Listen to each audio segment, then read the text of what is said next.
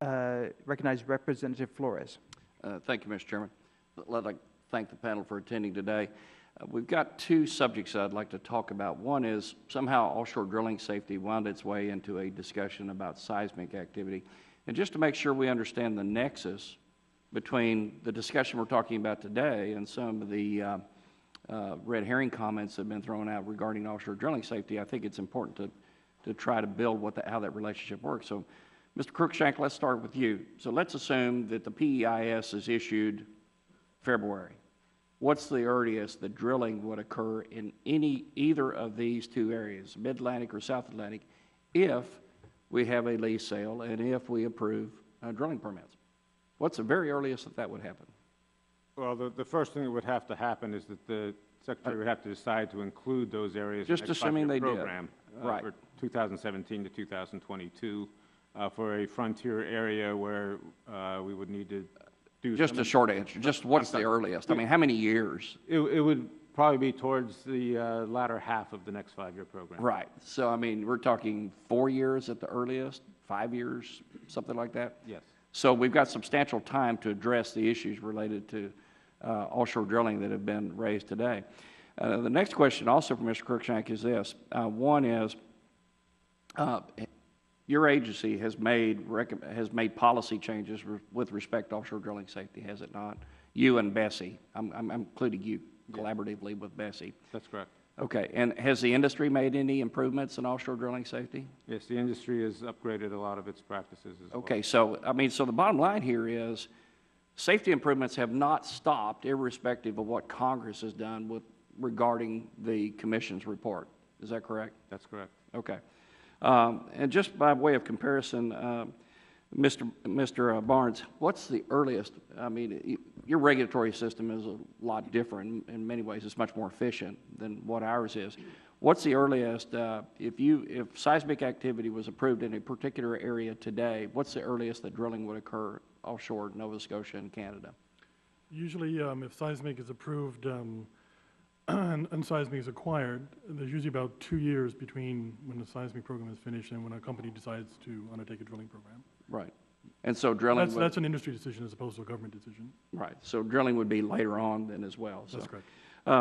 So anyway, I think we can sort of dispense with the hysteria about seismic today means that we're going to have an accident tomorrow. I mean, there's plenty of time for the Congress to look at the recommendations. And now let's get on to the subject that's really important here. Mr. Cruikshank, I'd like to go back to you. We're hoping to get this PEIS in February. What will the next steps be before the next 5-year plan begins in 2017?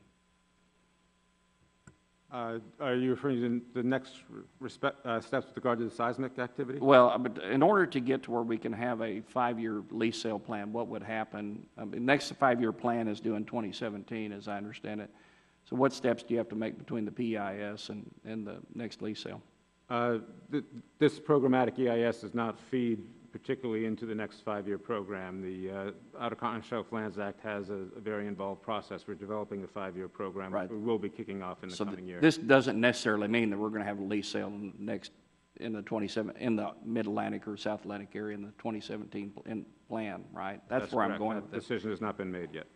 Mr. Miller, you talked about the robust environmental procedures that industry follows. Will you expand on how you work with other ocean interests to protect our economy and, I mean, the other parts of the economy such as fishing and shipping?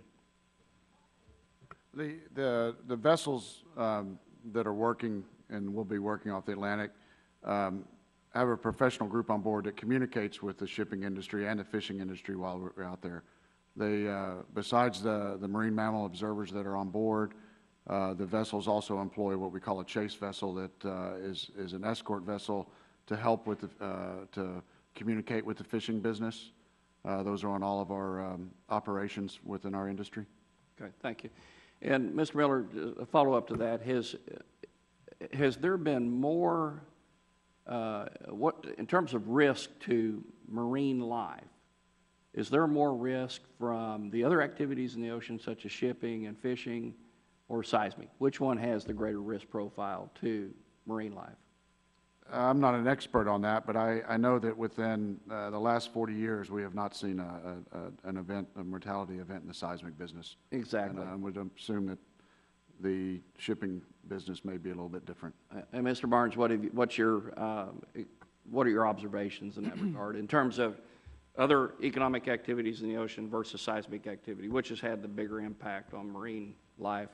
Oh, definitely other economic activities. Seismic industry has very little impact on marine life. Okay.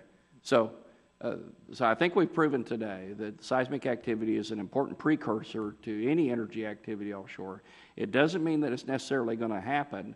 It's also safe, and it has nothing to do at this point with offshore drilling safety. So, Mr. Chairman, with that, thank you. I yield back.